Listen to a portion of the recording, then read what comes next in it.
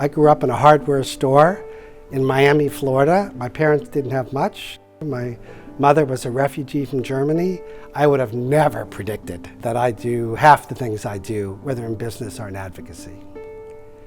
It makes me emotional thinking about standing at my son's wedding in Jerusalem with hundreds of people. I never thought this would happen, that my son would make Aliyah. I have to stop because actually it's such an emotional moment. That my son would make Aliyah and we would be there marrying him to a beautiful Israeli. And as the wedding guests are the guys in fatigues coming from his unit in the army and all of our family, and it was a wonderful day. Today, as we sit in Tel Aviv, we know there's all kinds of controversy, within the public in Israel, and that's okay. That's how Jews function, through discourse, through arguing, hopefully in a intellectual fashion. In my life, I really don't spend a lot of time thinking about where I'm going to be exactly in the future, and it's worked out for me. That's given me the opportunity to decide where to influence both with my money and my time. I chose to do that with AJC, and I expect to continue to choose that with AJC, along with other organizations.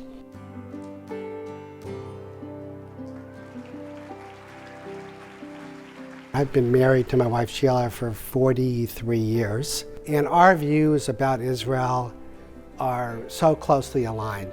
We didn't realize how deep Israel was in our core, but it's absolutely the case, and I think it's strengthened our relationship. That we can both talk about at home what we've accomplished on behalf of Israel and our family in Israel, every single day. I feel part of my purpose is to make sure that the next generation and the generation after that also can say that they lived at a time when there was a free, democratic state of Israel. And AJC helps me facilitate that goal.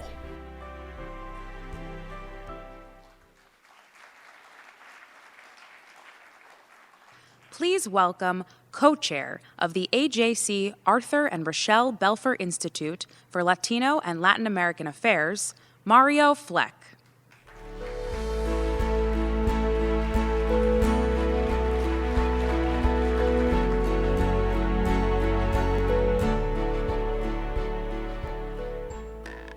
Good evening. My honor to be here opening the plenary of today at this beautiful location.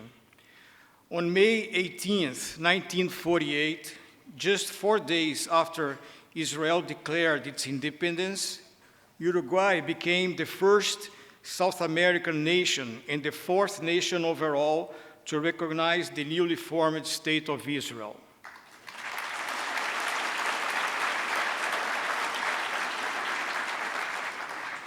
Just a few months later, Uruguay also became home to the first Israeli embassy in Latin America.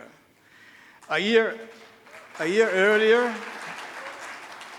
Uruguay's representative to the United Nations, Enrique Fabregat, a member of the United Nations Commission that visited Palestine in 1947, recommended the establishment of a Jewish state. A street in Israel, in the city of Ramat Gan, is named after him, one of the 3 Uruguayans with that honor. A former president of Uruguay, Dr. Tabaré Vázquez, who passed away 3 years ago, was a student at Weizmann Institute of Science here in Israel. Bilateral ties between Israel and Uruguay are indeed historical and unbreakable. Uruguay, an island of stability and democracy in the region, has stood as a steadfast ally and supporter of Israel and global Jewish causes. It was the first Latin American nation to adopt the IHRA working definition of antisemitism in 2020.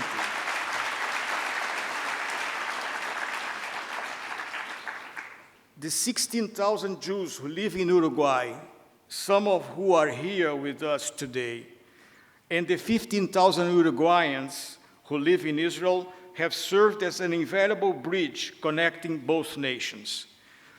AJC recently signed an association agreement with Comité Central Israelita de Uruguay, the main Jewish communal organization there, and the most recent of AJC's 38 association agreements with Jewish communities around the world, and 15th with communities in Latin America, Spain, and Portugal.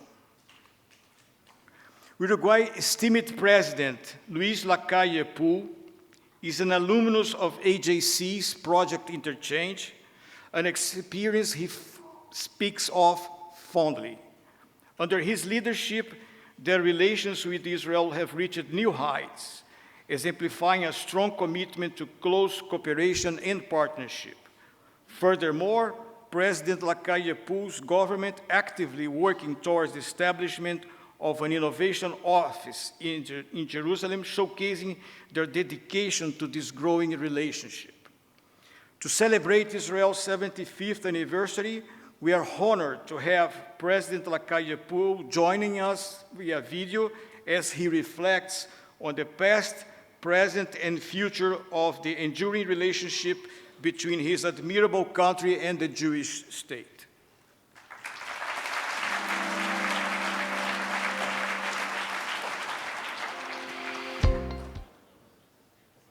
It is an honor as President of Uruguay to extend my warmest greeting on the occasion of the 75th anniversary of the independence of the State of Israel and the AJC Global Forum. The ties between Uruguay and Israel are historical, unbreakable, and predate 1948. Before the establishment of the State of Israel, Uruguay was one of the members of UNSCOP, and the ambassador of Uruguay to the UN at that time, Enrique Rodriguez Fabregat, and other Uruguayan politicians greatly contributed to the 1947 UN resolution that made the creation of the State of Israel possible. 3 streets in Israel are dedicated to Enrique Rodriguez Fabregat as a token of appreciation for these remarkable efforts.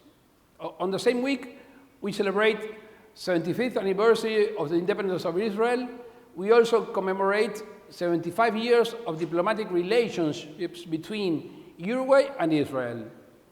On May 18, 1948, Uruguay received a telegram from the new State of Israel requesting its independence to be recognized, and only a day later, a presidential decree was issued declaring it. This made Uruguay not only the first South American country and one of the first in the world that recognized Israel, but also, in that same year, 1948, the first Israeli embassy was established in Latin America, and the fourth in the world, in the city of Montevideo, at the Parque Hotel, not far away from where we are now, near my office. In the Diplomatic Historical Archive of Uruguay, we keep it as a treasure of history, a document we call Letter of Querence number 4, signed by David Ben Gurion, and I have the honor to share it with you. A few days ago, I participated in the Yom HaShoah Remembrance Tribute in Montevideo, a day that moves us and that we remember. On that date, we also honor the survivors of the Shoah who found refuge in Uruguay. Our country received and protected them here, and they had the opportunity to restart their lives and contribute to the greatness of our country. This story also unites us until today. Both the Jewish community based in Uruguay, so deeply rooted in the life of our country, and the many Uruguayans who live in Israel serve as an invaluable bridge connecting the two countries. Throughout history, many moments have found us together. Among them, every time the cause of peace calls. Until this day, peacekeepers and military observers from Uruguay make up the contingents of the multinational force and observers, created after the Camp David agreements in the Sinai and as contributors to United Nations peacekeeping force in the Golan. When the cause of peace in Israel calls, Uruguay is present and stands next to Israel. From the people of the book, your ancestors, we received the Bible, the oldest book we still read daily. And from the start-up nation, we got the Nano Bible. Those two moments, separated by thousands of years, reflect the greatness of history and the future of technology, where Israel is one of the leaders in the world. We invite you to come to Uruguay and see with your own eyes the country that helps us so much to the creation of Israel, a country that leads in democracy, civil and politician rights, a country with open doors to the world. Uruguay and Israel have a shared history of becoming nations in an exodus. Uruguay with our national hero, José Artigas, and Israel with Moses. Walking, we became a nation. Today, the path finds us walking together because Uruguay and Israel have more complementaries than we could have imagined decades ago. Whether we build those links through innovation and sustainable production, or through the application of technologies and the provision of services to overcome new and changing challenges, we have immense potentials for developing our economies. And that is why we say, let's do it together. A few months before taking the office as a president, I visited Israel twice, one of them with the AJC. So in this occasion, I also want to greet all the friends of this institution and congratulate them for the great jobs you're doing. Our greatest hope in this 75th anniversary is to wish peace for Israel and the region as a whole, and we ask to make every effort to achieve it. As two countries known by the similarities of population and territories, I'm more convinced than ever that what counts the most is the greatness of democracy and freedom. And the most important thing is the greatness of friendship among nations that uphold, that cherish these values. Along with 75 years of independence of Israel, today we celebrate 75 years of friendship between Uruguay and Israel. Warm greetings from Montevideo to the people of Israel and to all the Jewish community around the world.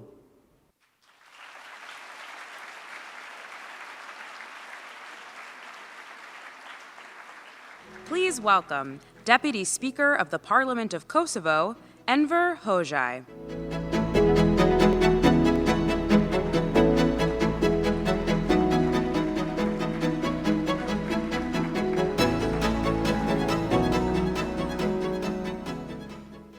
Thank you very much. It is for me a great honor and a great pleasure to be here tonight. I'm coming from many meetings which we had today with some members of the parliament from Kosovo in Jerusalem, in Knesset. But let me first thank Mr. Deutch and Mr. Ticknor.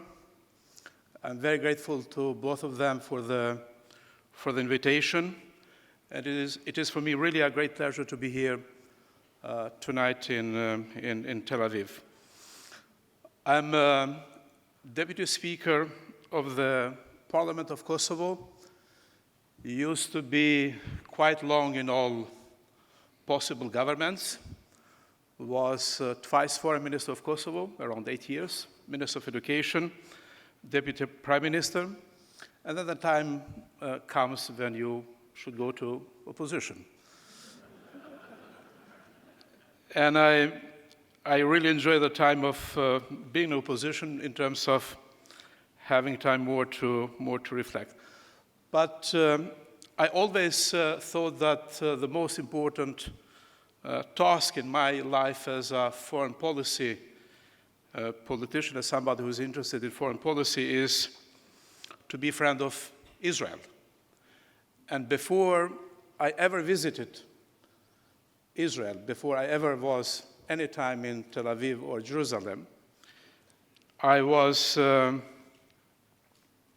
introduced to your great country by reading the writings of Theodor Herzl 30 years ago when I was living and studying at Vienna University, and two friends of mine from the Jewish community introduced me in that time to your great thinker and to your great leader, Theodor Herzl. And since then, I was and I am a big admirer of your country, of your great people, and of your great culture. I read, and I have still, a copy of his book, Alt Neuland, All New Land, with my notes from that time. And that was a dark time for Kosovo, because we were living in that time under Serb occupation, and we saw in Herzl and his writing as an inspiration for our future. And today you have a member of the parliament of an independent Kosovo in front of you. But I'm not here. Thank you. I'm not here to tell you very, very personal stories. I'm here to thank AJC for massive support given to Kosovo in a very crucial time. 1998, 1999, when genocide was happening in Kosovo, committed by Serbia and by Milosevic regime, it was your organization among the very, very first, who appealed to stop that genocide and the policy of the ethnic cleansing. It was your organization who, in 1999, supported refugees among the countries in the Balkans at a different level. And we are also grateful to your great country, Israel, for welcoming in that time, Prime Minister Netanyahu welcomed in that time some 100 refugees who came to Israel. Today, we are an independent country recognized by over 115 countries around the world. We are members of different international organizations. But we are very proud that some years ago, 3 years ago, Israel took the decision to recognize Kosovo as an independent state. We established diplomatic relations, and we are very proud today that we are among the first countries to establish our embassy in Jerusalem.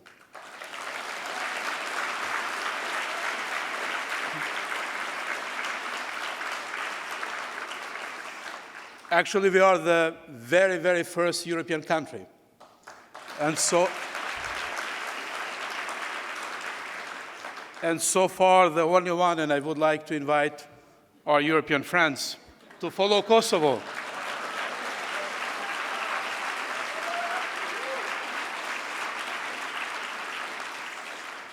But it is a history of a very close cooperation between Israel and Kosovo before establishing diplomatic relations, before opening the embassy.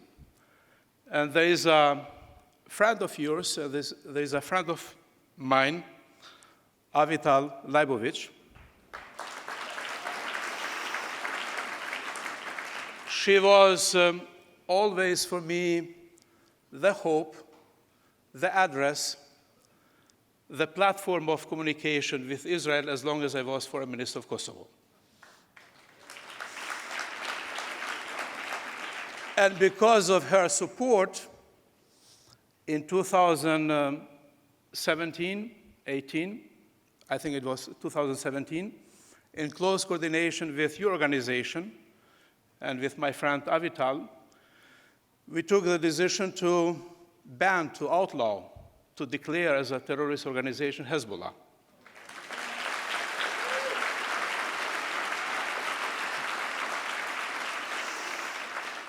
And again, we were among the very first country to do that.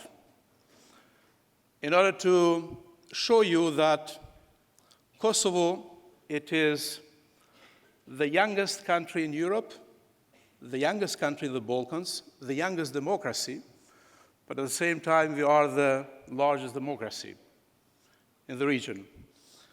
Because, and we are quite similar like your society. We don't accept the idea of authority in politics. We are a very critical society. We are a very vibrant democracy. And there is always a political rotation in our country. And this is the reason why we would like to open a new chapter of cooperation between Israel and Kosovo, because you are the most important and the most liberal, and maybe the only one, but it's not my job, democracy in the Middle East, while we are the youngest and the largest in the Balkans, and we would like to open a new chapter of cooperation between the two countries. This is the reason why I came today with some friends from the Kosovo parliament. We established a friendship group in our parliament, and we had today great meetings with the Speaker of Knesset, with many members of the parliament, in order to have a close parliamentary cooperation, but in order to have also a very close economic and societal exchange. And today also in Tel Aviv, there is a large delegation of business community from Kosovo who would like to work closely with business people from your great country. I'm here again to thank your organization for massive support, but also to call you that we are living in a very difficult time. What I learned by being in politics in the last 20 years is that each day in politics is quite new. Each day is very new. And we don't need to see the world with the filters of yesterday, but we have to be very creative in order to approach the challenges which you might have in your country and which we might have in Kosovo. But my last message is that you have an old and a new friend in Europe, because we are also among the oldest nations in Europe. And you can count with our support. I wish you the best. Thank you.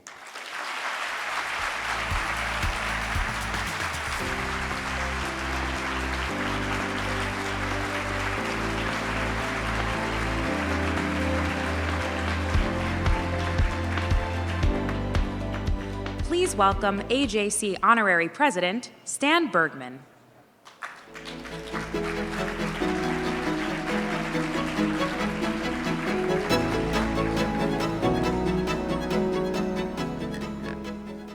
Good afternoon. Before I introduce our next speaker, I would like to take a moment to say that our hearts go out to those who were injured in today's terror attack on the West Bank, in the West Bank. Now it's time, and my deep honor, to introduce member of the Knesset and chairman of the National Unity Party, Benny Gantz. MK Benny Gantz previously served as Israel's Minister of Defense and as the country's alternate prime minister after a long and decorated career in the Israel Defense Forces, including as IDF's Chief of Staff. MK Gantz represents the soul of the Israel Defense Forces.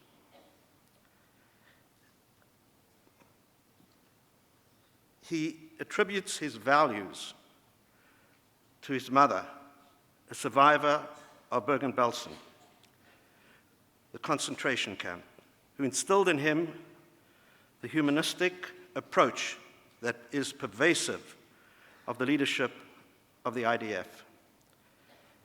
He referred to his mother's words to him to remember to provide humanitarian aid, medicine, and food for the civilian population on the other side of a conflict.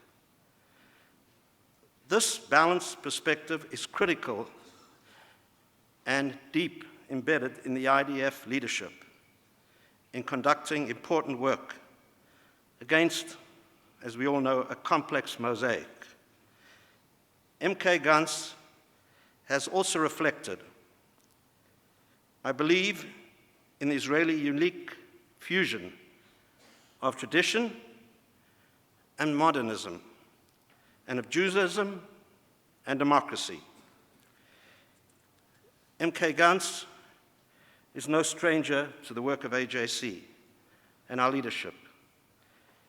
And it has been delighted to meet, I've been delighted, and other AJC leaders, to meet him on many occasions in the past. In 2020, MK Gantz joined the AJC Virtual Global Forum in his capacity as Minister of Defense. And we are delighted to have him back with us today at the Global Forum here in Tel Aviv. Please join me in welcoming MK Benny Gantz.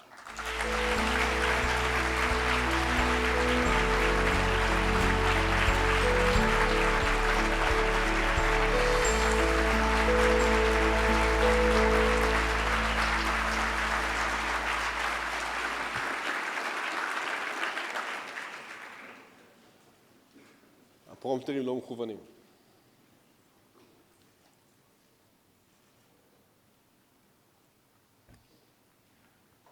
The prompters are not aimed, sorry.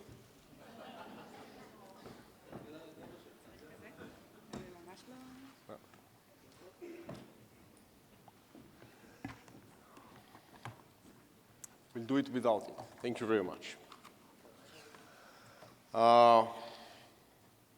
Good evening, everybody.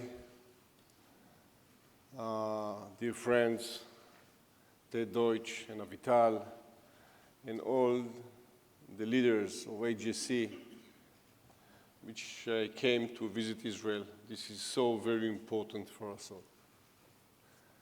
Before I start, I want to wish a full recovery to those wounded in the terror attack in the Shomron today.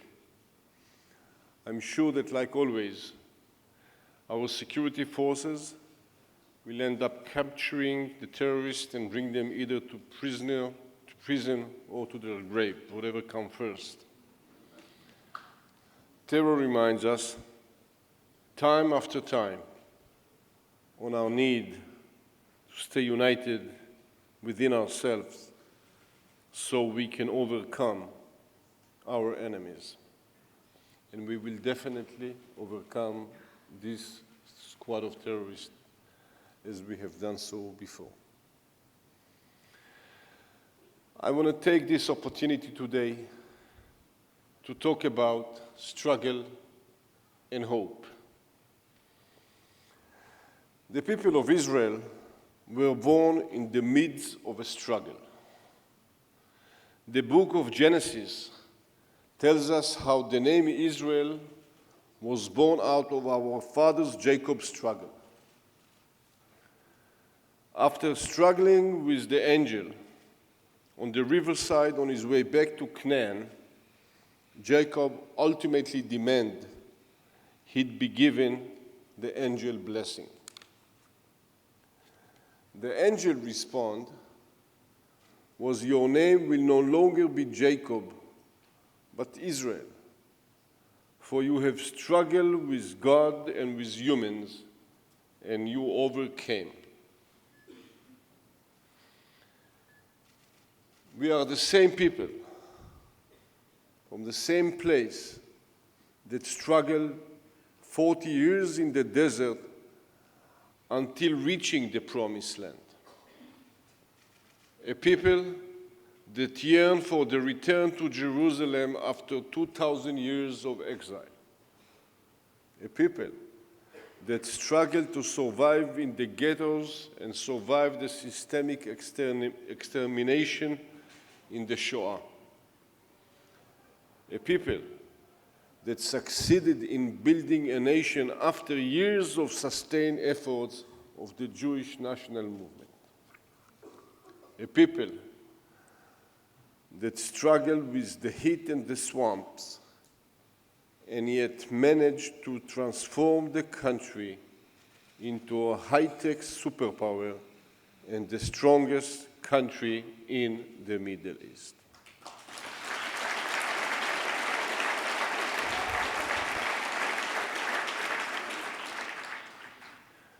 As we celebrate 75 years to Israel independence and 75 years to the restoration of Zion in the epicenter of the Jewish people, we find ourselves contending with a series of new struggles. I'm going to talk about 4 of those major struggles. The first struggle is the struggle against antisemitism and in favor of promoting tolerance for the Jewish life globally. Over the last few years, we have witnessed a sharp rise in anti-Semitic incidents. Only recently, I heard of a shocking case of an authentic teenager wearing a kippah who had a swastika carved into his back in Las Vegas. We must act against the daily realities that lead to such incidents. Realities where Jewish students are attacked with lies on campuses. A reality where the City University of New York allows student speakers to spread hate against Israel on stage. This is a struggle we must overcome. On this opportunity, I want to thank Ted, Michael, Avital, and all of AJC of their commitment to this issue, and specifically for organizing a bipartisan action group in Congress to combat anti-Semitism.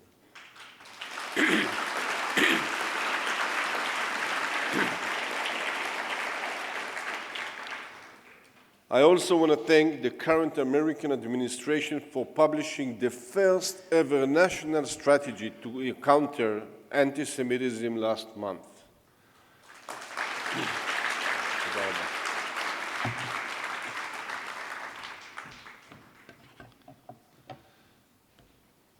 Time has come for Israel to shift gear on this issue as well. Every embassy needs to be measured by its effort in mitigating anti-Semitism. Every community needs to be equipped with the right tools, and every meeting with world leaders needs to address this pressing issue. In combating anti-Semitism, we must remember that it is not always easy to explain that though we are strong, we are still right.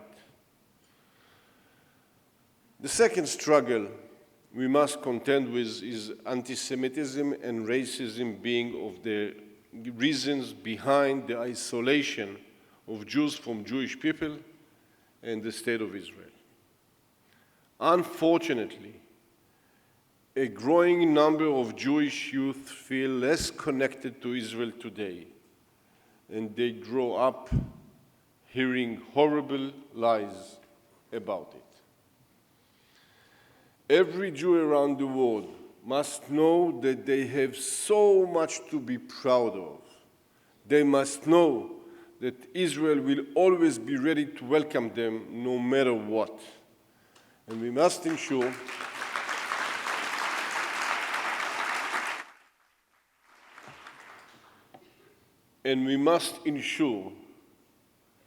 that all Jews feel that they have a place, physical or spiritual, in Israel. We must take action so that every single young Jew better understands Israel, so that every Israeli better understands the diaspora.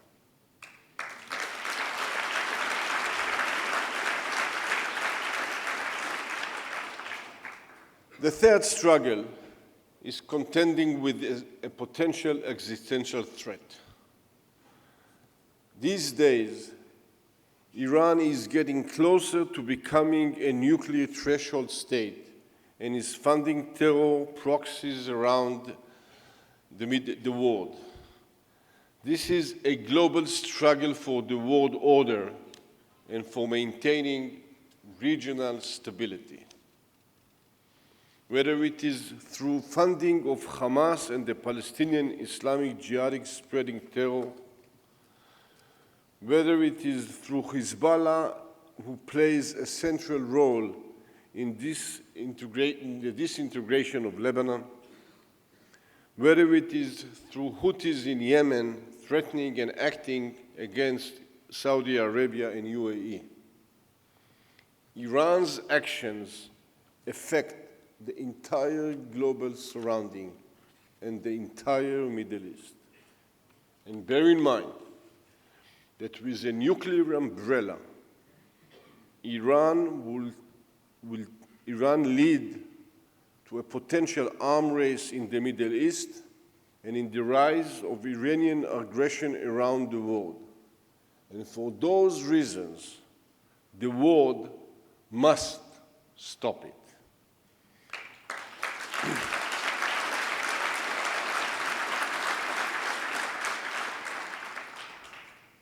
Israel will not be able to reconcile with such reality.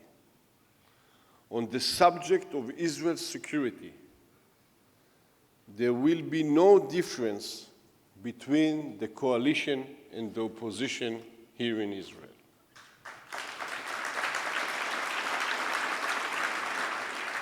Should a responsible, necessary, and determined action be needed against Iran, and as a party leader in the opposition, I will provide my full support to the government.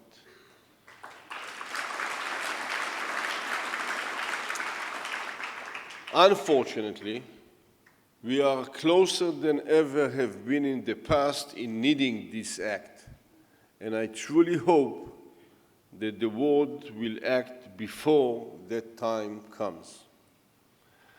This is a struggle of every Israeli citizen and of every global citizen. It has its hardships, yet it also has its hopes for new alliances and cooperation with our neighbors. Let us remember that stability in the Middle East will lead to prosperity, and that prosperity can lead to a greater freedom and improved quality of life for the people of that region. And let us all maintain and strengthen this very important stability. The fourth and last struggle in Israel these days is the Israeli struggle for its democratic identity. This struggle is not one between the citizens of Israel, as it is in the interest of all Israeli citizens. It is true, there are deep internal divisions. The last few months have resulted in a deep wound in the heart of the Israeli society. And from the very first moment, I said my personal commitment is to bring all sides to an understanding. In our fourth struggle, there must not be any winners. And if we succeed in this complex mission, we will emerge stronger than before, for the sake of the future generations, for the resilient and united Israel, and for the sake of all democratic, Jewish, liberal, strong, and just Israeli society.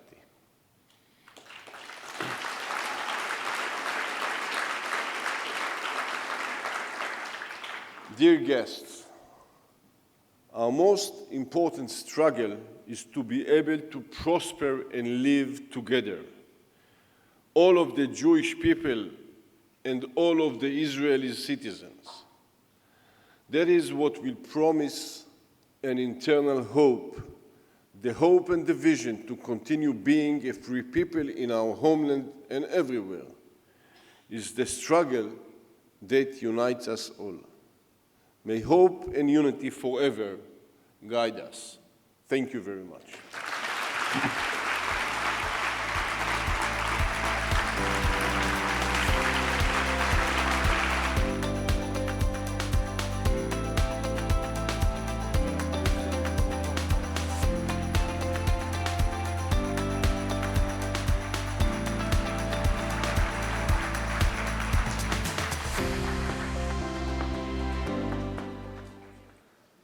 85% of young American Jews between the ages of 18 to 29 have experienced anti-Semitism online or on social media in 2022.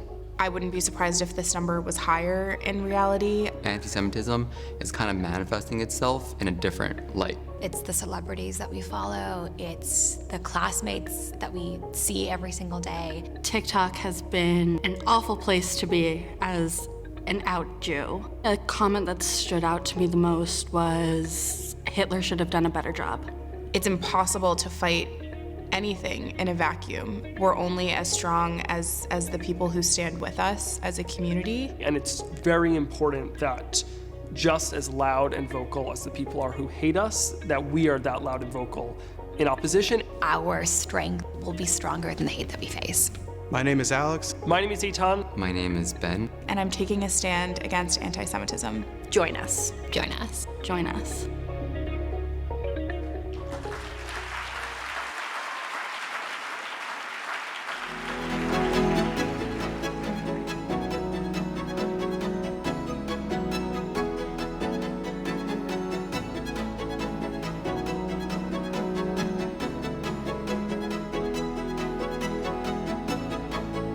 Please welcome AJC Executive Council member Lisa Pruzan and AJC Leaders for Tomorrow alumnus Charlie Pruzan.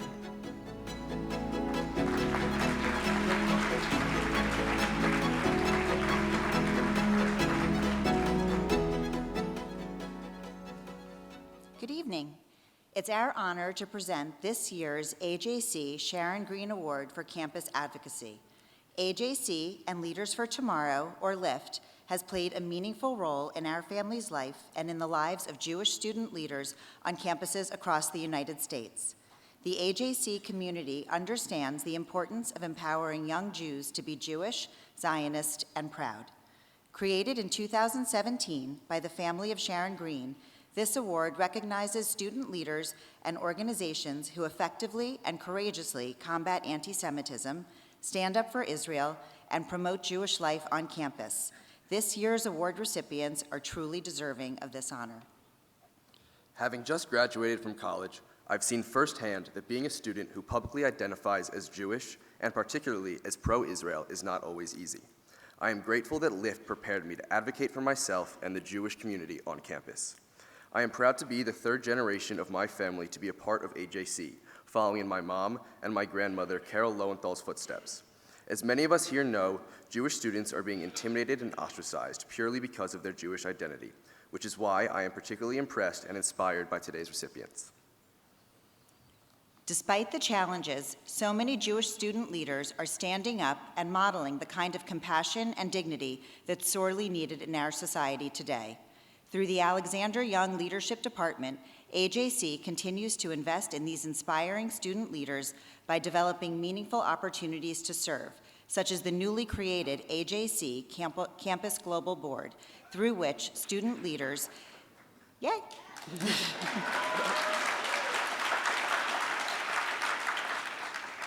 help guide AJC's work on campus and act as ambassadors to effectuate change throughout campuses and the global community. The first of this year's Sharon Greene Award recipients are Northwestern University students Lily Cohen and Ethan Less, and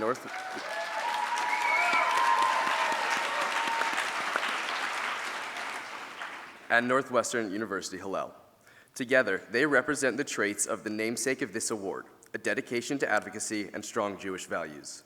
They courageously pushed back against the egregious anti-Semitism Lily experienced at Northwestern in response to a powerful op-ed she wrote, and also enlisted the help and solidarity of their non-Jewish peers, creating a movement that will benefit the entire Northwestern community in the years to come. Thank you for modeling courageous leadership in the face of hatred.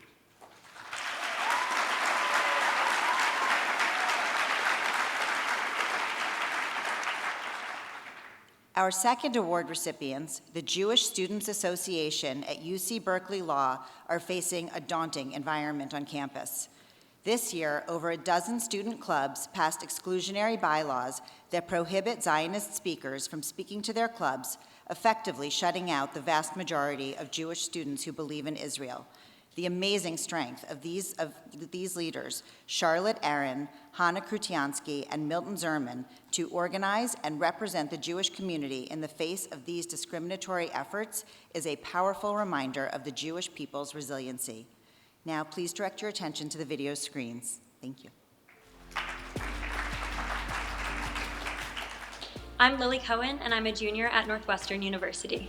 I'm a proud active member of Northwestern Hillel and spend most of my time in the building.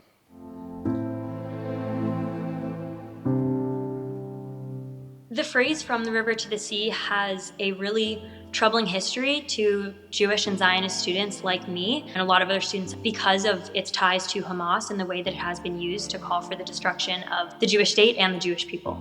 In response to a lot of the problematic anti-Zionist and anti-Semitic language that I saw being put up around campus in the fall, I decided to write an op-ed, which really was at its core a love letter to my Jewish identity. And there was a part of the op-ed where I talked about how problematic I see the phrase "from the river to the sea" as a Jewish person, as someone who loves Israel as a part of my Jewish identity.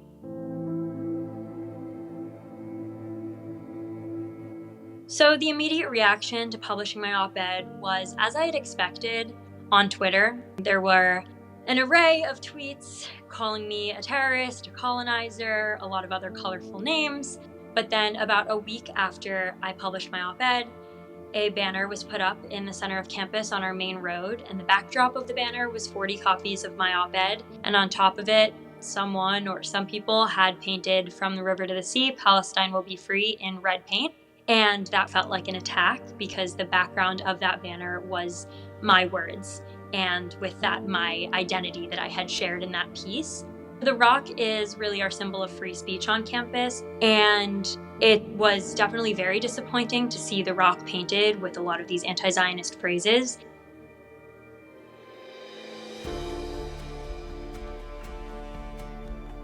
Hillel has been a huge network of support, and I think it has also sort of energized the pro-Israel Jewish population on campus. Our biggest defense against anti-Semitism is just to be proudly Jewish, and don't be afraid to be authentically yourself.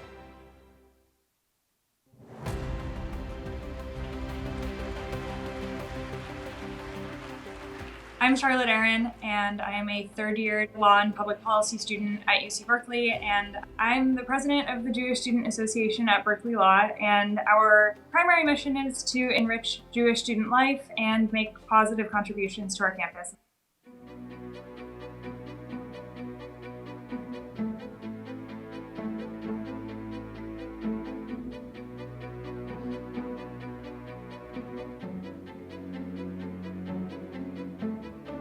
The bylaws do two primary things. The first is that the organizations who pass them commit to not invite speakers that have expressed and continue to hold views in support of Zionism or Israel.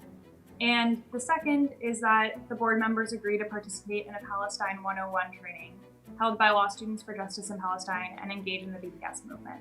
We, as an organization, don't take any position on the Israeli-Palestine conflict or really any political issue, and we don't require our members to. But when these bylaws came out, we realized that they were going to disproportionately impact Jewish students, and we've already seen the realities of that, which is that Jewish students are specifically being asked, "Oh, what is your position on Israel?"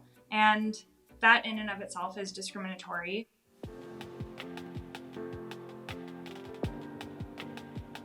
I think there are two major takeaways from this. The first is the importance of having a strong Jewish community so that in the face of actions that can rattle a Jewish community, we have a place for those students to go and feel welcome and safe and warm and good about being Jewish. And the second is to model for the broader community what a pluralistic group can look like, where its members trust each other and everyone feels respected and heard, and we're able to engage in difficult conversations when we need to.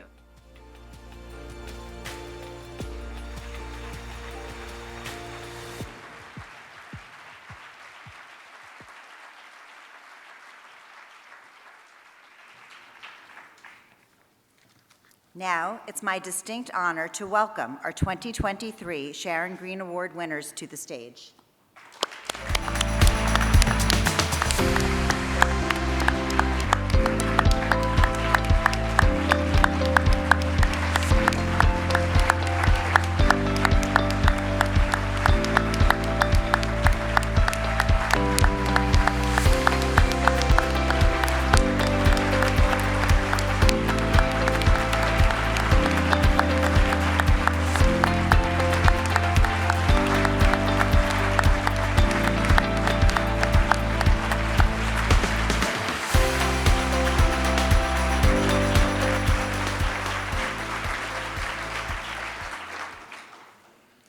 Lily and Ethan, thank you for being defenders of the Jewish community on Northwestern University's campus. Your work inspires us, and we look forward to seeing all the incredible things the two of you and your classmates will continue to do in the years ahead. Congratulations.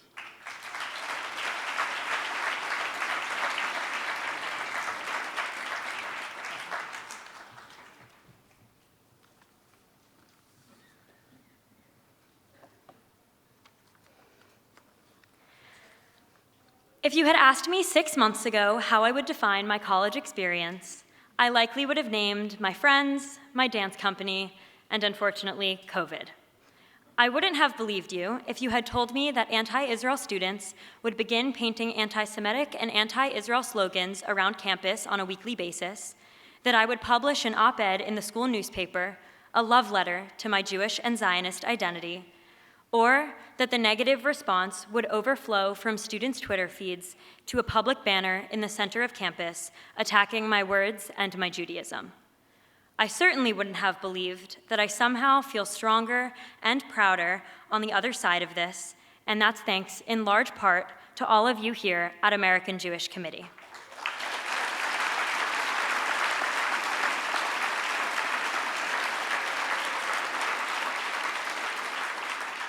AJC was one of the first organizations to reach out and offer me support, guidance, and a platform to publicly share my story on AJC's People of the Pod podcast. My community at Northwestern Hillel also came through for Jewish students in extraordinary ways in the aftermath of the public desecration of Jewish and Zionist beliefs, offering reflection spaces, snacks, and meals, and, most of all, strengthening our community. Our Hillel has always been a rock for Jewish students on campus, navigating BDS resolutions in our student government, anti-Semitic remarks made by professors, and hateful language on social media by our peers. During these trying moments, often what students are looking for is support. AJC Campus Affairs helped amplify what we were experiencing on our terms and allowed us to share our story. On behalf of Ethan and Northwestern Hillel, I am so grateful to accept this unbelievable honor. In college environments that don't always welcome and often attempt to actively push away our pride, it is because of the support of people like Bill and Sharon Greene and organizations like American Jewish Committee that Jewish students like us can continue being loudly and proudly Jewish on our campuses. Thank you.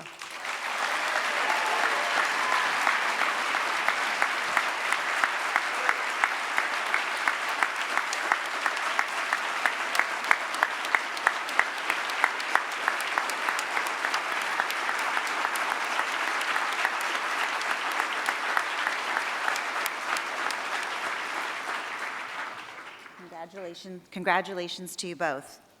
Charlotte, Hannah, and Milton, We extend our heartfelt appreciation to you for your unwavering commitment as defenders of Jews and Israel on Berkeley's campus. Your remarkable efforts serve as a source of inspiration for us all. Congratulations.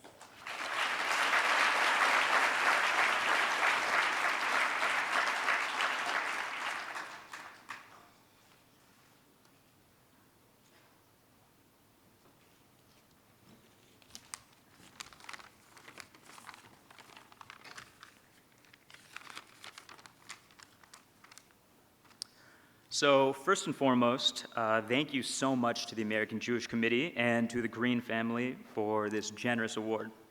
We are honored to be recognized for our Jewish activism and the work that we did to build a robust and welcoming Jewish community on the Berkeley Law campus. We also want to thank the other 5 Jewish Student Association board members, Adam, Ellie, Jordan, Josh, and Noah. These individuals worked tirelessly with us last semester to cultivate our Jewish community. We laughed together over Shabbat dinners, decompressing with friends after tiring weeks of law school. We gathered for religious events, feeding our classmates Hamantashen for Purim and a kosher for Passover lunch during a lecture from an Egyptian Jewish refugee. Passion, effort, and love went into the planning of these events. Real work required to build and maintain community. We are grateful to be recognized by AJC for this work. But of course, the elephant in the room is that many Jewish students at Berkeley Law had a particularly tough year. At the start of the year, a number of student organizations passed bylaws that excluded Zionist speakers and left many Jewish students feeling unwelcome in these organizations' communities at Berkeley Law, communities in which these Jewish students would have otherwise been active members and even leaders. For many Jewish students, their Judaism is intrinsically linked to Israel and Zionism. Those students' experience quickly became tainted by discrimination and pain. Many of our community members experienced isolation, choosing not to attend social events out of concern for how they would be perceived and whether they would be welcomed. The Jewish Student Association recognized that the best thing we could do was to build a vibrant Jewish community. There's so much to celebrate about Judaism: our history, our culture, our food, our religious practices, our chutzpah, and our desire to make the world a better place. We put our efforts, thank you. Thank you. We put our efforts and continue to strive towards building a community where Jewish students can share in celebration, learning, and tradition, and when faced with adversity, stand together united as Jews. Setbacks like the ones we faced this fall don't discourage us. We're inspired by the vitality, diversity, and vibrancy of our community and the continued pride of our Jewish peers. Moreover, we're immensely grateful for the AJC and the role that every person in this room and beyond has played in uplifting the broader Jewish community. We can stand here today in large measure because of your support. Once again, thank you so much to the Greene family for this award. We are incredibly grateful and know your contribution will make impactful Jewish programming at Berkeley Law possible. And I can promise you this: we will not be intimidated, we will not be silenced, and we will not be discouraged. Thank you, AJC.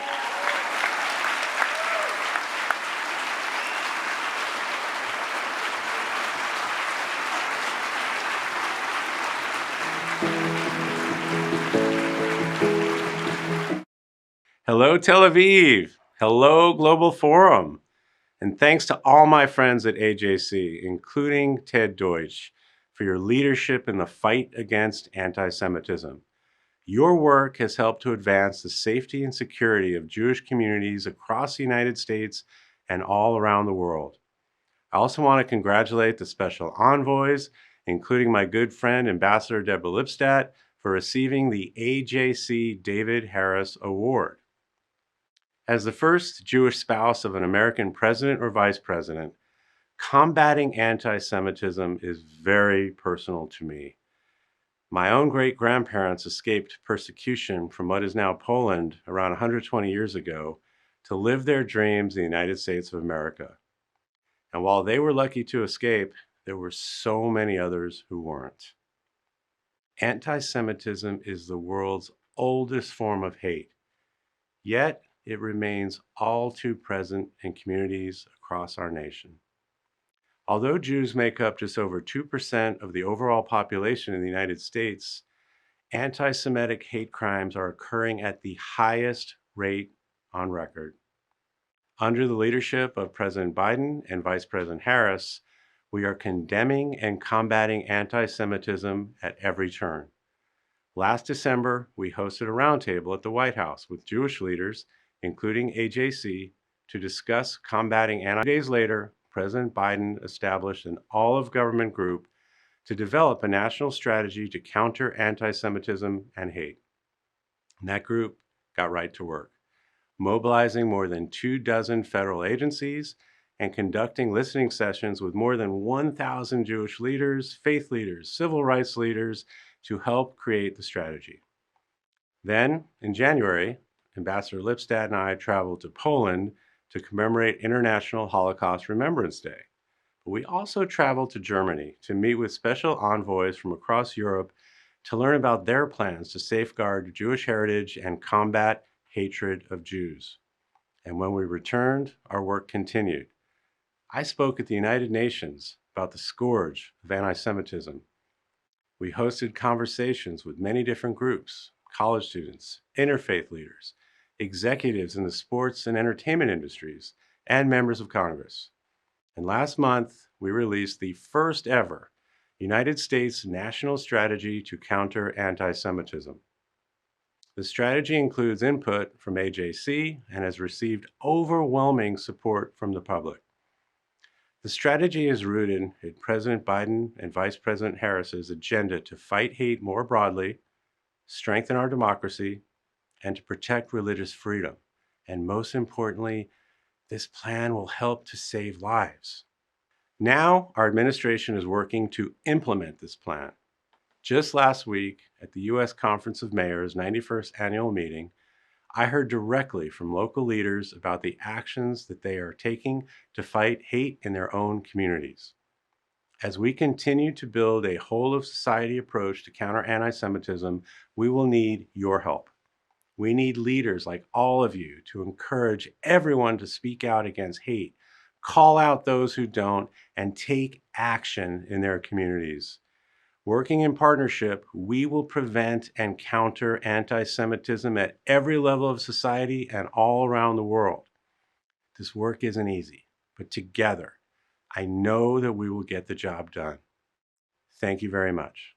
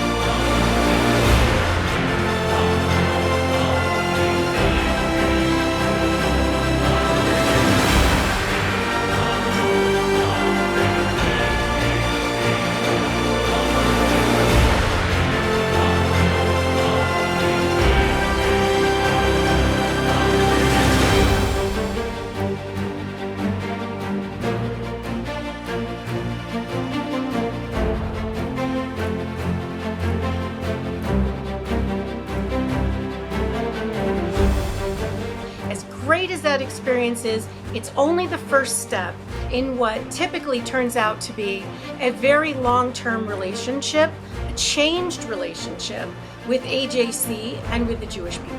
AJC's Project Interchange, a trip that informs my work in Congress on everything from security assistance to Israel to bilateral cybersecurity cooperation between our two countries. Project Interchange, taking young people from all over the country to visit Israel, interact, and understand the history of the country.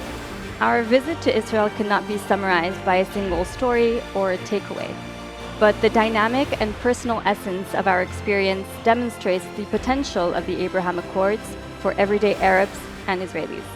My friends at AJC put together a coalition of women journalists early in our career, and we went to Israel. And I wanted to say it's one of the most important steps of my professional career was that trip to Israel.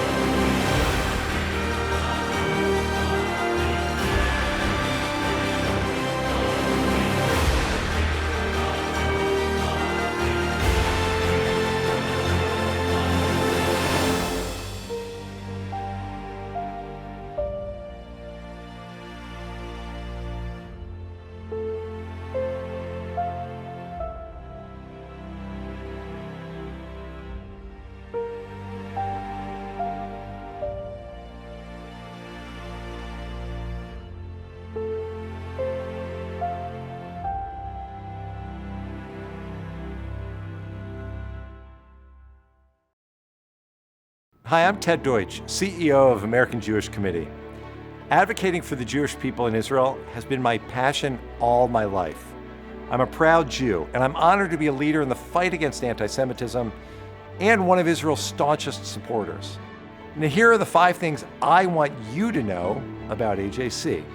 Number 1, AJC is the leading global Jewish advocacy organization. We drive change through our long-standing relationships at the highest levels of government and civil society, and through our unparalleled advocacy network of more than 70 offices, institutes, and Jewish community partnerships worldwide. Number 2, AJC is building a brighter Jewish future. In communities across the globe, AJC celebrates and strengthens Jewish life and empowers Jews to be strong, resilient, and proud of their Jewish identities. And whenever the Jewish people are threatened, AJC is there, taking on all forms of anti-Semitism, whether it comes from the left, the right, wherever it comes from.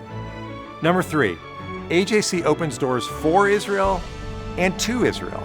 We develop new friendships and partnerships for the Jewish state and create more opportunities for more people to engage with Israel and to benefit from Israeli innovation. AJC is a leader in the effort to expand the circle of peace in the region.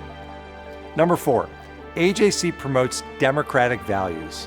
We stand up for the principles of pluralism, build coalitions with diverse faith and ethnic groups because we know that efforts to advance our vision for the world are that much stronger when we work with like-minded partners.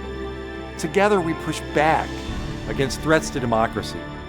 And how does AJC advance our mission? Well, here's number 5. Through principled, values-based, nonpartisan advocacy. Because the issues facing the Jewish people are too important to be politicized. That's what makes AJC a trusted partner on Capitol Hill and in halls of power all around the world.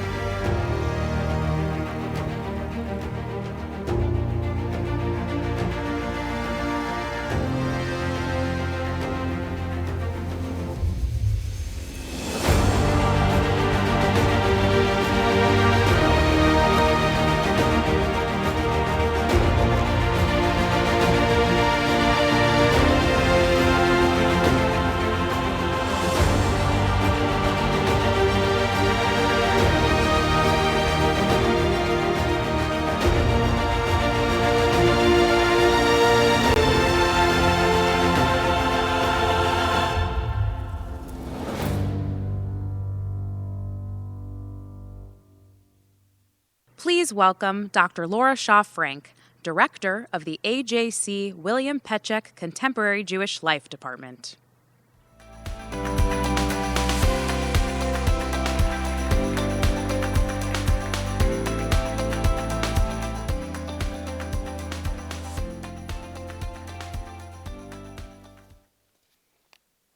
Good evening. I'm thrilled to be here with all of you for AJC's signature Global Forum session, The Great Debate.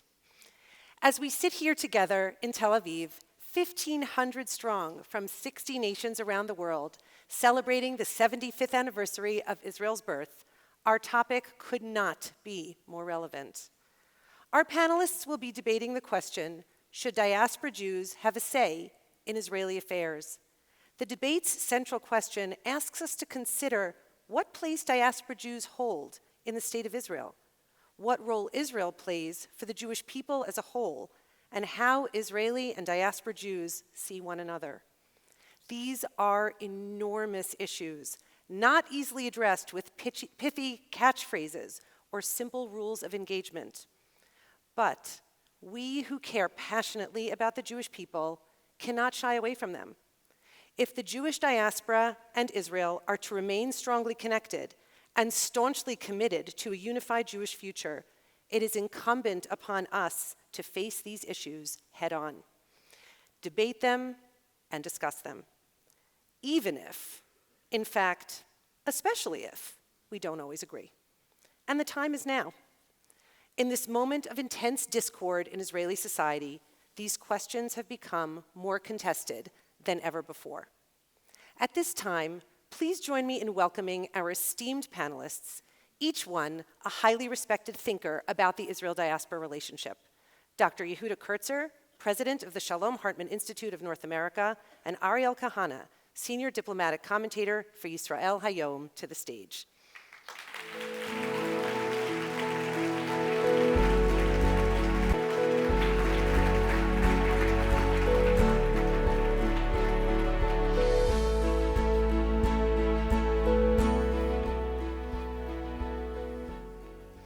Welcome, Yehuda and Ariel. Before we begin, I just wanted to take a moment to unpack our debate question. First, what does it mean when we ask if diaspora Jews should have a say in Israeli affairs? Of course, diaspora Jews are entitled to voice any opinion they want about Israeli affairs. But should Israel, the Jewish homeland, be obligated to listen to those opinions and incorporate them into its thinking? Second, although we use the collective term diaspora Jews in our debate question, this evening we're going to be focusing primarily on the American Jewish community. The question of how different diaspora Jewish communities should interact with Israel is deeply informed by the unique circumstances of each community. American Jewry is by far the largest diaspora community, representing approximately 80% of the Jewish diaspora. And American Jewry's connection to the state of Israel has always been intertwined with its advocacy for Israel with its own government, Israel's most important ally. Indeed, AJC leaders across the United States, through our 25 regional offices, advocate passionately for Israel each and every day. American Jewry's large size and unique role in advocating for Israel impact the way both Israeli and American Jews see the relationship between these two largest Jewish communities on earth. So, as not to flatten the richly diverse Jewish diaspora by lumping all its unique communities together, we've chosen to primarily focus on the relationship between the American Jewish community and Israel. With those caveats, let's get to our debate. We will begin our debate by asking each speaker to offer an opening statement of up to 2 minutes, and you see we have a clock. And we will then allow up to 2 minutes of rebuttals, after which I will pose a series of questions to the debaters, who will each have up to 2 minutes to respond. We will conclude with a 1-minute summation by each debater. We conducted a coin toss backstage to determine which of our speakers will begin, and we will begin with Ariel. Ariel, bevakasha. Toda raba. Shalom, everyone. Good evening, AJC. It's not only a great honor to be at this stage, it's also very moving, the speeches we just heard from Kosovo to Northwestern University. Sometimes here in Israel, we intend to forget the support we have or we get from the world, we are usually focused on our internal issues. So for me as an Israeli, it's always heartwarming, I would say, to hear just what happened here in the last hour.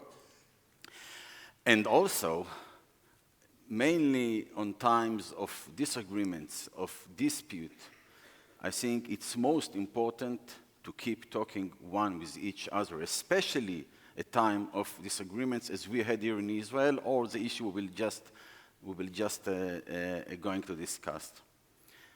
And finally, someone told me that Yehuda and I look a little bit similar, so I'm not sure if we really look like one each other, but what I am sure is that Yehuda and I and all of us in this room are one big family.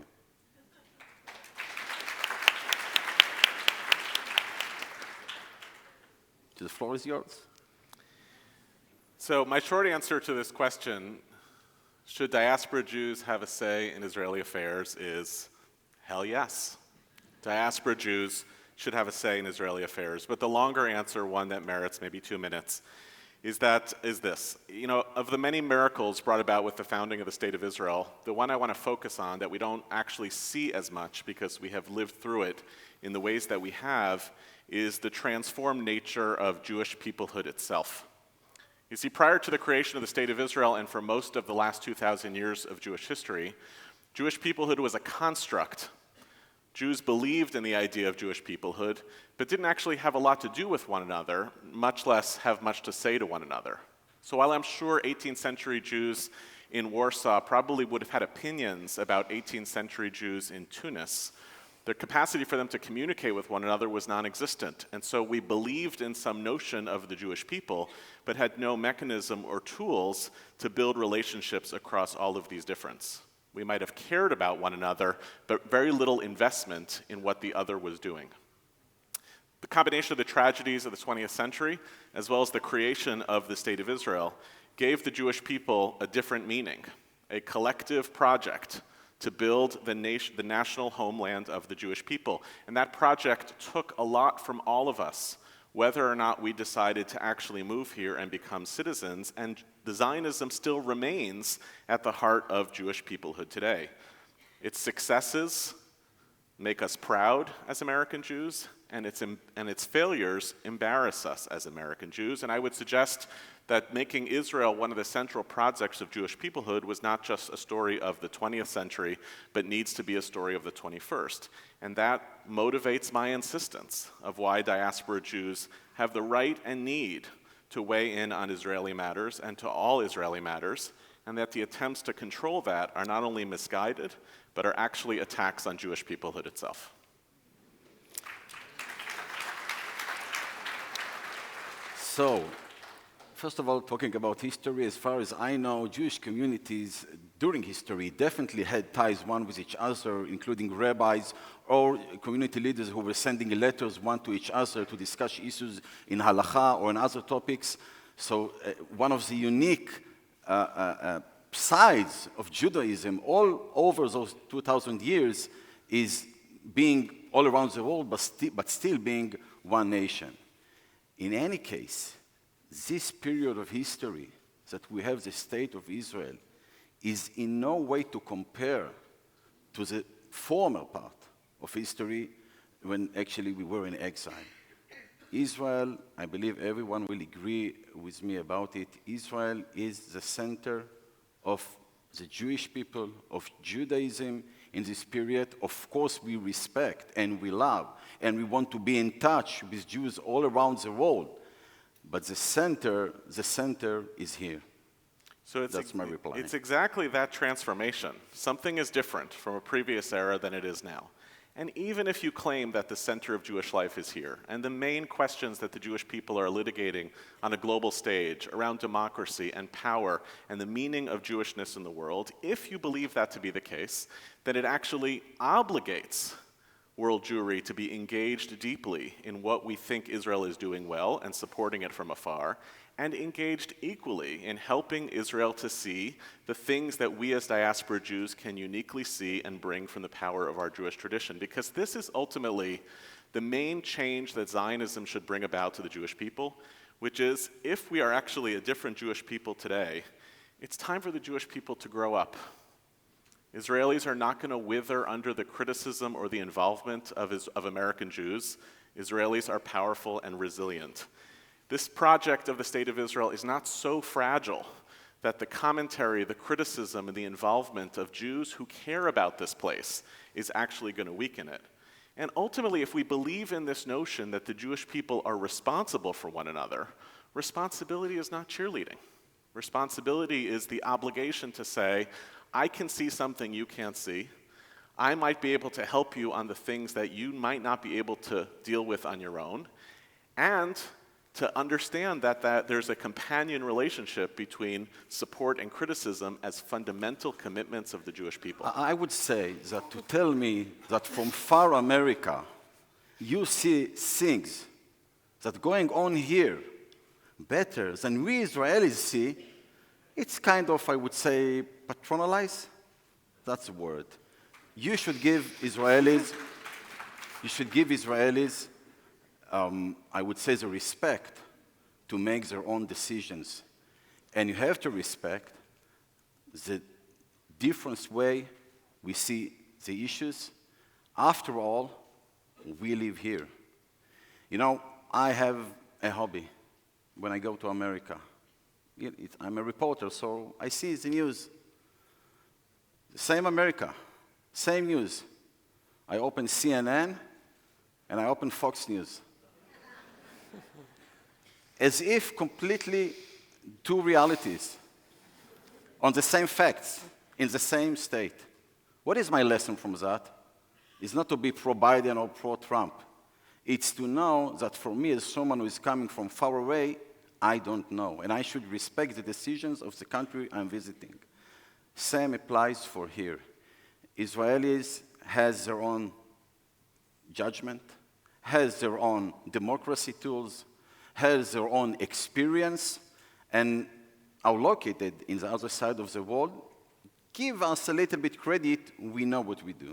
So first of all, you're not even going to let me get to the questions, are you? One more. All right, fine. One more, Yehuda, one more. You know, a number of years ago at a Hartman philosophy conference, the late Professor Sidney Morgenbesser was weighing in on something that he thought Israelis should, some topic of concern about Israeli politics. And one of his Israeli colleagues said to him, "Are you telling us, you, American Jew, are you telling us what to do?" And he responded by saying, "Oh, you misunderstand me. I'm not telling you what to do. I'm telling you what I think." That's a big difference. The Jewish people actually have tools, resilient tools of learning from one another, of arguing and debating with one another. So no, I as an American Jew am not coming here and saying, I understand this country better than its voting citizens. I am not trying to get in the way of a process that is already there.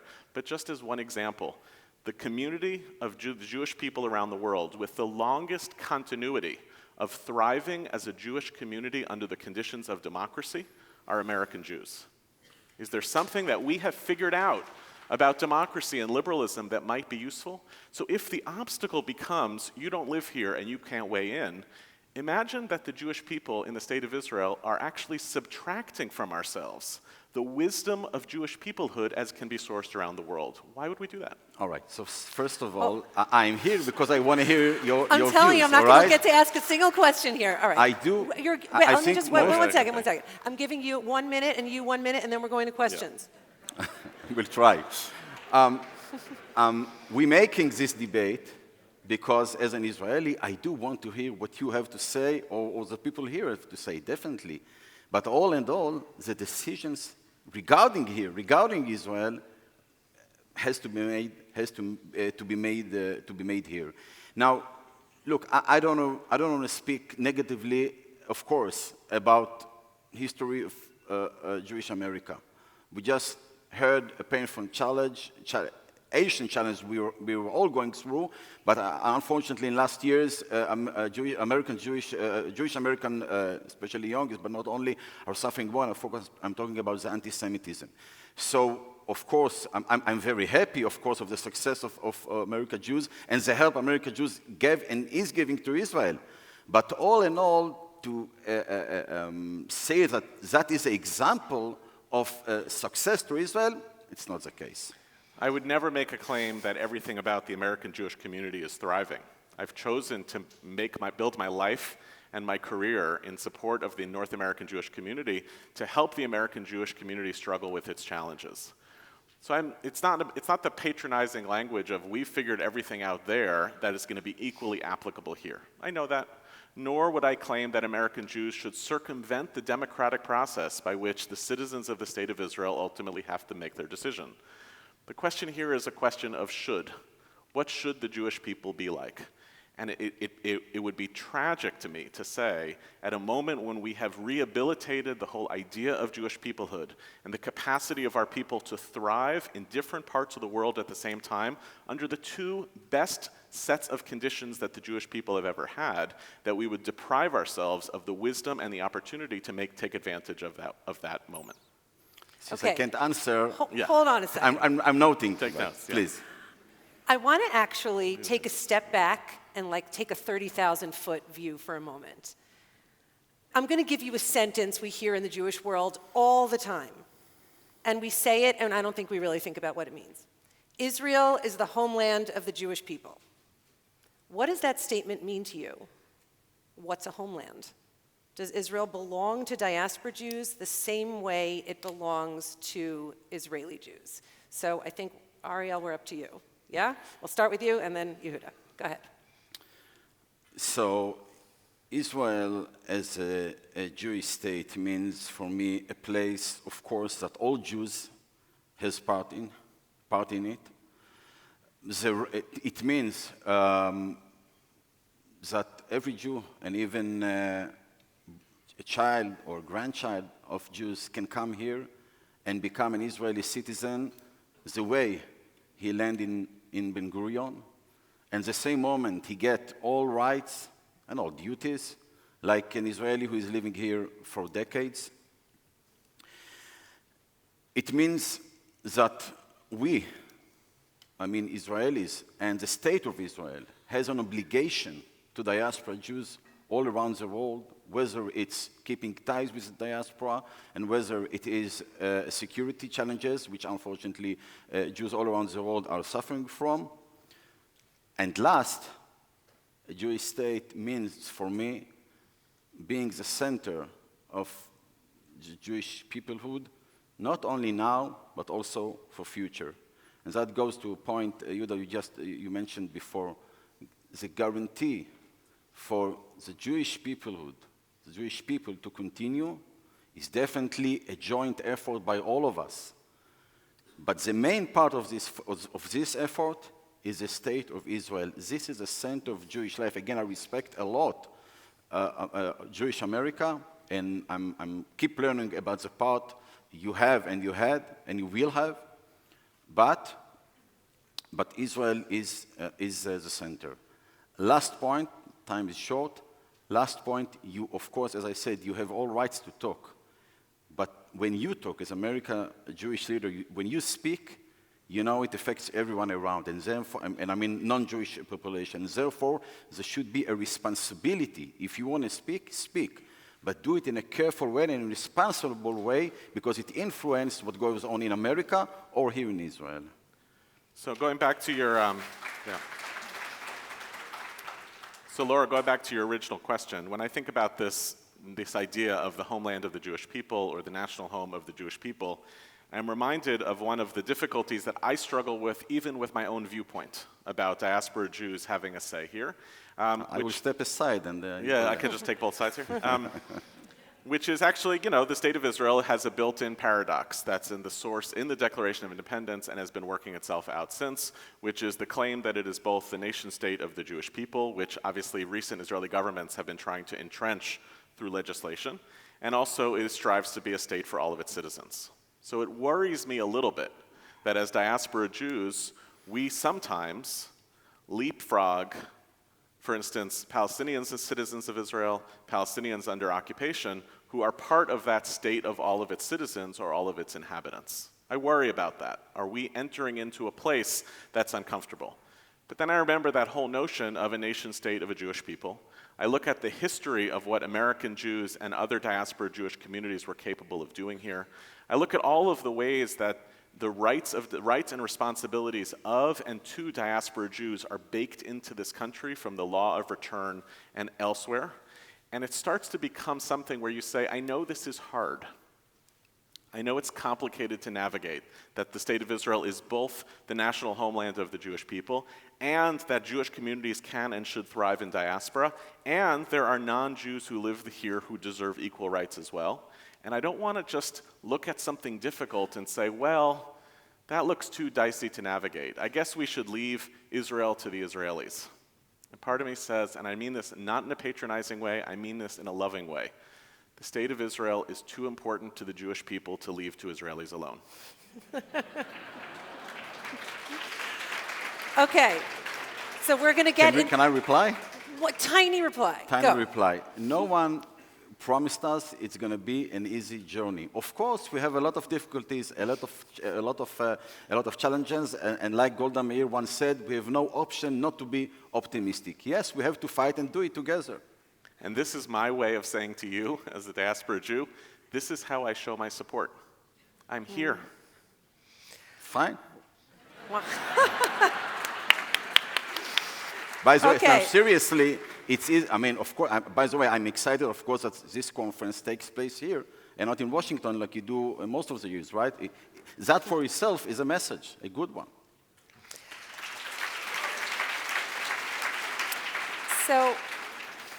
So I'm going to get a little bit more down to brass tacks for a minute.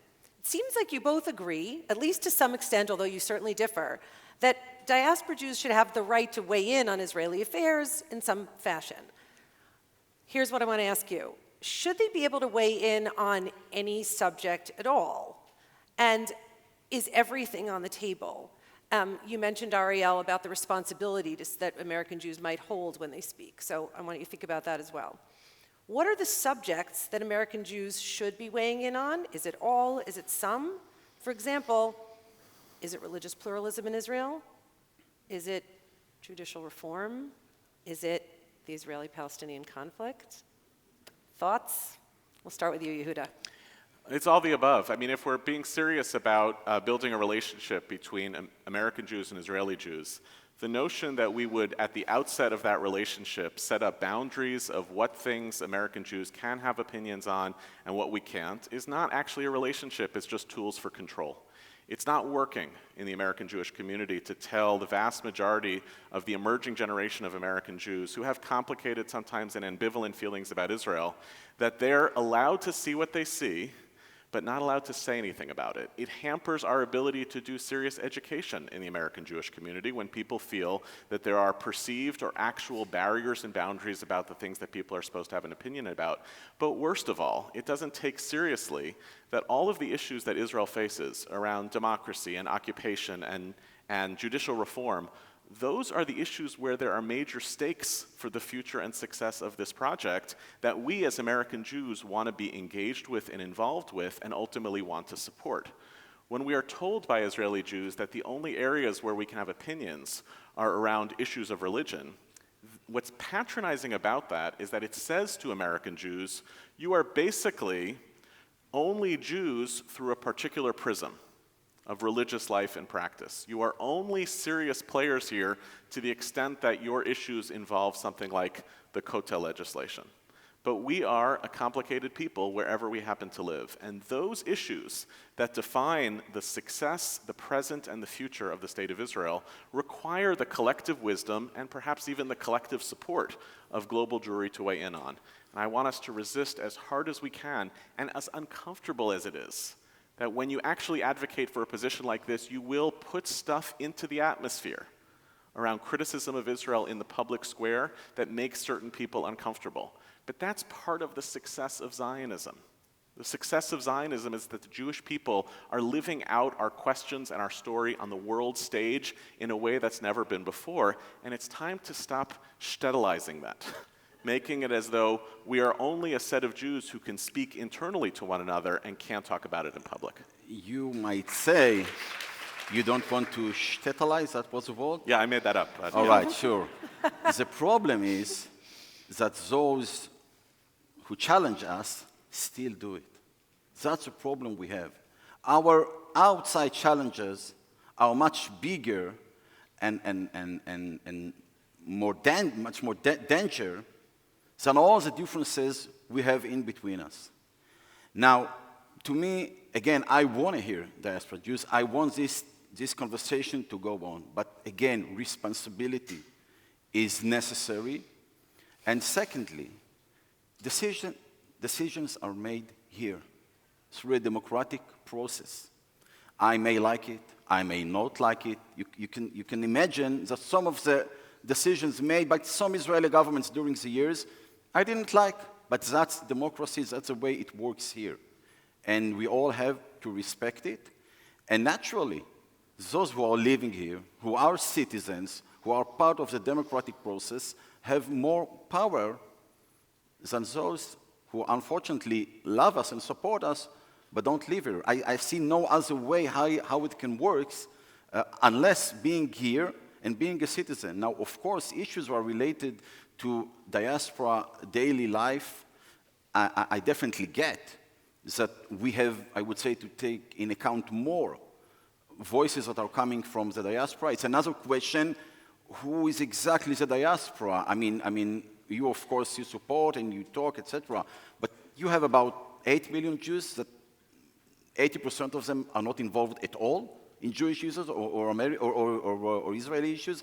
So I don't want to ask who do you represent, because that's too it's too sharp. But it's a question. I mean, why should Israeli Prime Minister change a policy which majority of Israelis wants because someone who is not a citizen asked him to do it? Now, again, I'm telling you, we do have to consider, definitely in issues, you mentioned the Kotel, or Giyur, conversion, and so on, we have to be very sensitive for that. And I'll give you an example. By the way, it takes place, it happens. This government, I don't know if you know, this government wanted to change the law of return. And it was not changed, and it will not be changed, although there is majority in the Knesset. The reason for that is a request coming from American Jewish leadership. Okay. So not only we take it in account, we even change policy, but all in all, democracy processes are taking place here, and I see no better. Do you want it not to be a democratic process? Laura? Yehuda, I'm going to give you some time to respond. Of course I want it to be a democratic process, but let me give you the example that you talked about, that you mentioned earlier. When the State of Israel is engaging in a policy question, should the views of how a particular public policy implicates diaspora Jewry factor into the Prime Minister's decision, even if at the present moment the Israeli electorate doesn't support that decision? 100%. Because here we have different responsibilities. You say to me, I don't know who you represent because the vast majority of American Jews are disconnected from Israel. That is true. I think it's a problem, and that's my life's work.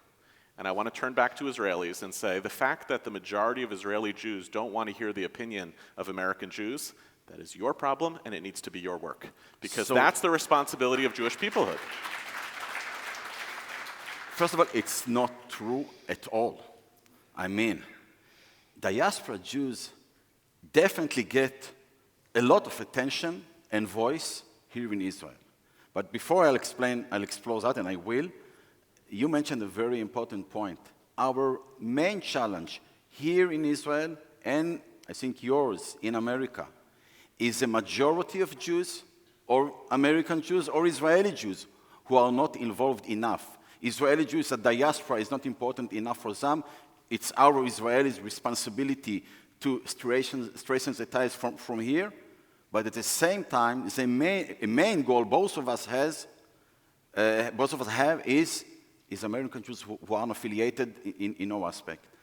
Now, I want to tell you, contrary to what you say about whether Israel leadership is listening or not, a lot of groups, lobbies, organizations, Israeli, I mean, would love to have the power and the attention that America, diaspora, or actually diaspora leadership in general, is getting here in Israel.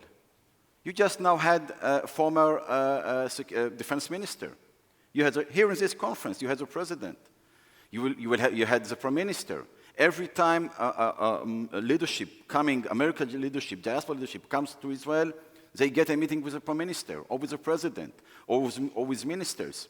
Do you think that every time the, I don't know, Israeli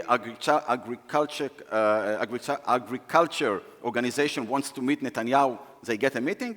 Oh no. So you get, and by the way, when Israeli leaders are going to America, they always meet with diaspora, whether it's AJC, AIPAC, Conference of Presidents, federations, and so many other organizations. So you do have a voice. People are definitely in the leadership, are taking you very seriously. The state of Israel is putting, I don't know if you know, about 1 billion shekels every year for more ties between Israel and diaspora Jews, Israeli taxpayers. Okay, you have the diaspora ministry going to the Jewish agency, and so many plans and so many visits and delegation. Is it enough? No, it's not. For me, as someone who wants this connection to be strong, it's never enough. But there is a lot of listening, and there's definitely a big effort. It should always be more. Can I ask you a follow-up question, Ariel? And then Yehuda, to you as well. Where should American Jews not have a voice? Where should American Jews keep their mouths shut? In your opinion. Yep. And then I'll ask Yehuda. I think I know Yehuda's answer. Okay. So as someone who, freedom of speech, I'm a reporter, so freedom of speech is so basic for me, I would never tell anyone to shut up. But to be... Was that a joke? I don't know. I was very serious. But naturally, when it comes to issues of life and death, national security issues for Israel, and that's, 80% of our energy goes there. Naturally, I think the legitimacy of non-Israelis to get involved, I would say, is much more limited. Was that a fair answer? Give me specifics. Iran? What about judicial reform? Judicial reform, okay. What I meant was Iran. I said national security. Seconds. I said Iran, I mean Palestinian issue, Arab countries, etc., etc. But judicial reform is, first of all, an internal issue here in Israel, almost technical issue. It's a question how to run Israeli democracy. That was a debate. Actually, it's still going on, although in much lower level. And I think it goes towards the example I said before. You have to live here, know the issue very well, and then make an opinion. From my experience, from the other side of the world, you don't always get it right. Yehuda.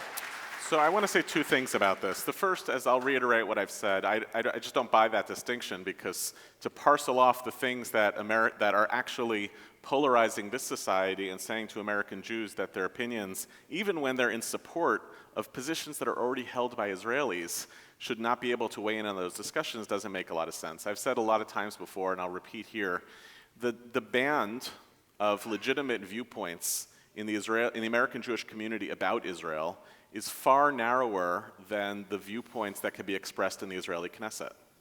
That's a mistake for us. It means that when we talk about being pro-Israel, you probably don't watch Knesset discussions. You can say everything in Israel Knesset. That's my point. That's my point. I want the American Jewish community to manifest the diversity of opinion. So once you do that, you have Rashida Tlaib. That's where you want to go?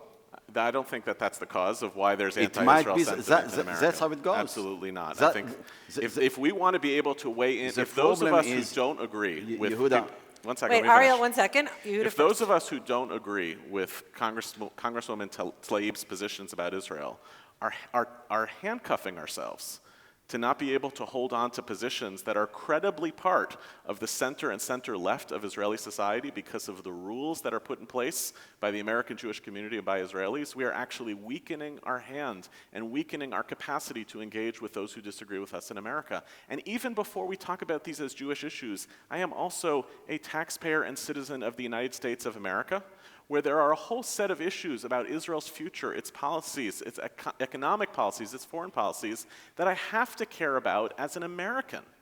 And therefore, sometimes those line up exactly and overlappingly with the majority of Israelis, and sometimes they don't. And it's part of my responsibility to be, you're right, 100% you are right that we have to be knowledgeable. And again, our work, mine at the Hartman Institute and AJC's, a lot of that is about educating American Jews to be much more knowledgeable about things that we want to have opinions about. But once I've learned that, and I have earned that, it is bad for me as a Jew and bad for me as an American to handcuff myself and say, on this, I don't get to have an opinion. Okay, Ariel, I'm going to let you respond, and then we're going to go to our last question. First of all, it's challenging. For all of us, challenging, right? Let's take an example. Some of the population here is not going to the army. Do I like it? No. Would I protect it when I go outside? Yes, I do. Okay, it's challenging. Life, we all know, is not black and white. Now,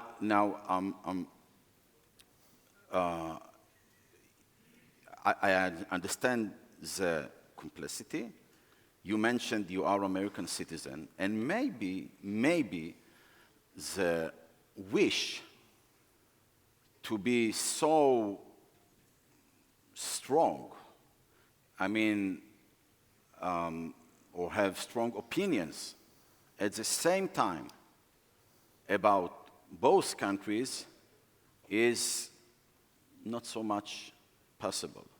In a way, you are right. As long as you are an American citizen, fair enough, you should vote and make decisions and opinions regarding, if you want, of course, to what is good or bad for America. For me as an Israeli Jew, by the way, it's quite disappointing that Israel is not actually a priority for most of American Jews when they come to vote. But I get that. I respect it. But again, you live there, we live here, we have common values. You mentioned Zionism. We have common goals, and we have to focus on those goals. And when there are differences, usually it's much better to discuss them in closed rooms. It's much more helpful because whatever, and that's what I was beginning to say before, whatever you and I are saying publicly has effect, and it has an outside effect. And that's the way when some Israeli leaders make negative statement, no matter about what issue, it's a wrong move by them. We have a common responsibility, and there is no doubt that people from outside see us as one. Mm-hmm. Thank you. This has gotten very feisty, which I love. We're at our last question, gentlemen. We've spent the bulk of our time here this evening talking about the American-Jewish relationship with Israel. What about the Israeli relationship with American Jewry? Should Israeli Jews weigh in on American Jewish policy questions and issues? We'll start with you, Yehuda. Yeah, it's interesting. You said you lament that Israelis don't have stronger knowledge or opinions. I have not found that to be the case about America. I certainly didn't find it to be the case during the Trump era, when Israelis were disproportionately supportive of a president of the United States who American Jews were disproportionately opposed to. And it was very sad to me that from the standpoint of Jewish peoplehood, the very same people who would say something like, a huge percentage of Israelis oppose the Iran deal, and therefore American Jews should take their lesson from what Israelis perceive as their position and hold to this viewpoint. And when I said to my Israeli friends, okay, that's fine, but 78% of American Jews viewed the Trump presidency as a real threat to the endurance of American democracy and the conditions under which American Jews would thrive. Do you as Israelis now, do you hear us? And they said, no, we love Trump because he's great for Israel. So it's simply not the case that Israelis don't weigh in on things that they think America should do or American Jews should do. They just tend to view it through the prism of their own self-interest. And I find that to be very painful. Second thing I'll say is, I know that Minister Chikli is coming here tomorrow to speak at the AJC.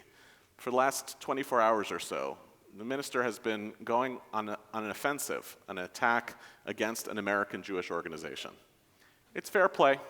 The minister in the government of the State of Israel is allowed to criticize an American Jewish organization, as he was doing yesterday on TV and then all day today on Twitter. You should say which organization it was J Street. All right. I know, you don't have to like J Street. That's not the point.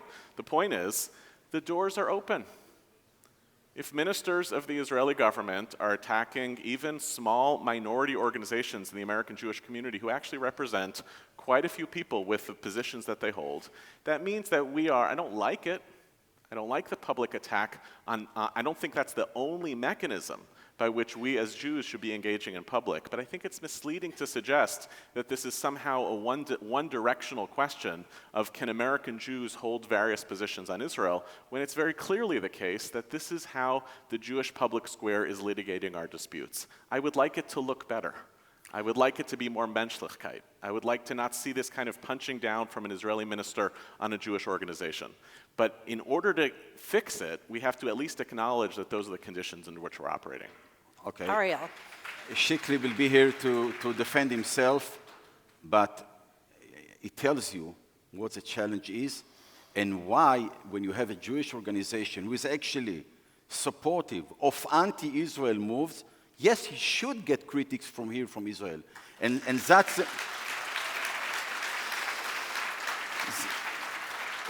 It's not a game.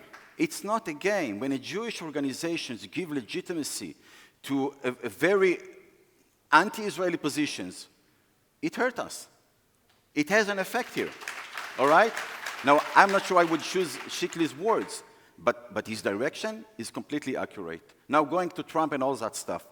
Trump was, of course, very popular here. By the way, Bill Clinton was as well very popular here. So it tells you it's not a political question, it's whether the president is supportive of the state of Israel and is not supportive of it. That's a question, all right? Now Israelis definitely like Trump because he made few historic moves, which are good for the entire Jewish people. I mean, I believe no one here regrets moving the embassy to Yerushalayim. So he did what he did, and he got a lot of support and love here in Israel. Doesn't still mean that we are getting involved in American politics, all right? So we have to differ about that. I want to reply to your question very shortly and to say that in my personal opinion, we should not get involved in issues of other states in general, including America.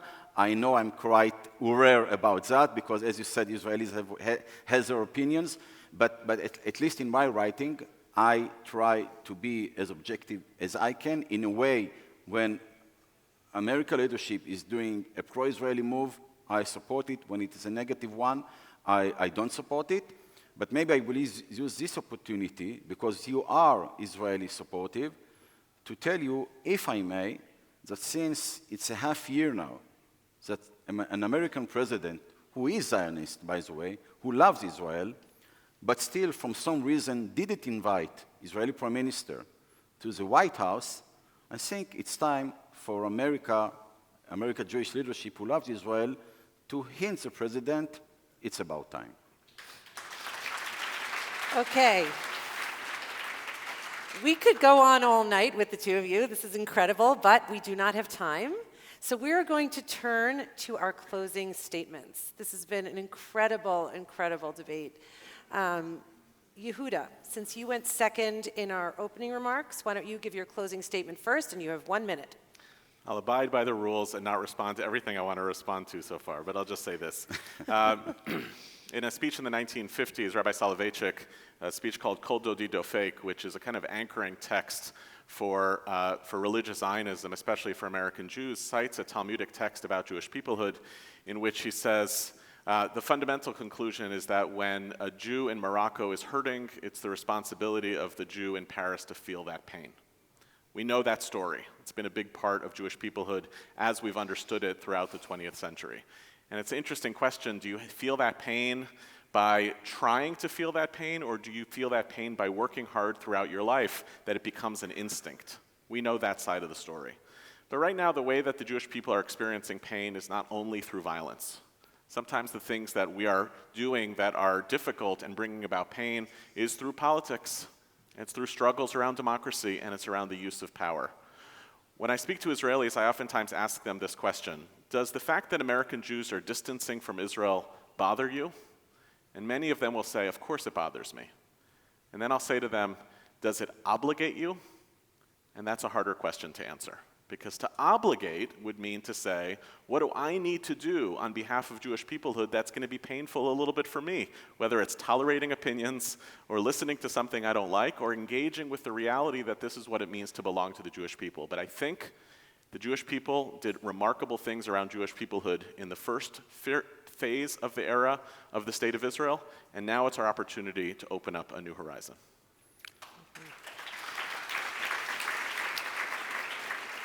Ariel. So it does obligate us. And again, I think the awareness, especially in Israeli leadership and decision-making, public figures and so on, is rising about the responsibility to have stronger ties with Jewish diaspora. And I want to also end by a quote from a rabbi. In this case, it's Rabbi Jonathan, the late Jonathan Sachs, which wrote, "The state of Israel is not just a land. It is not just a state. It is an idea. It is an inspiration. It is a symbol that Jews are the people with a past, but also with a future. It is a Jewish affirmation that we can change the world." Thank you very much.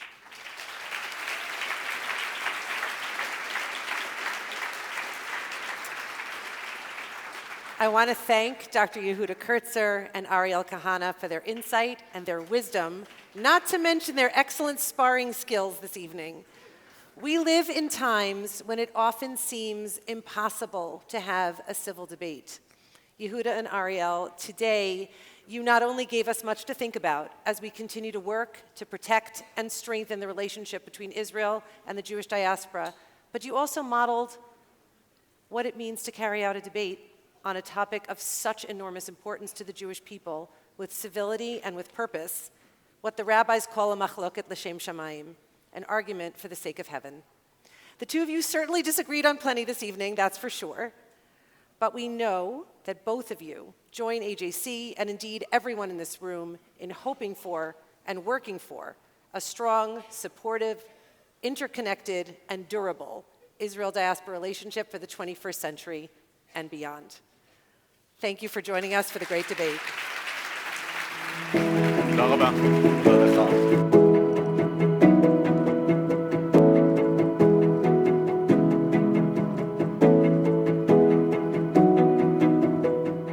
This concludes our program.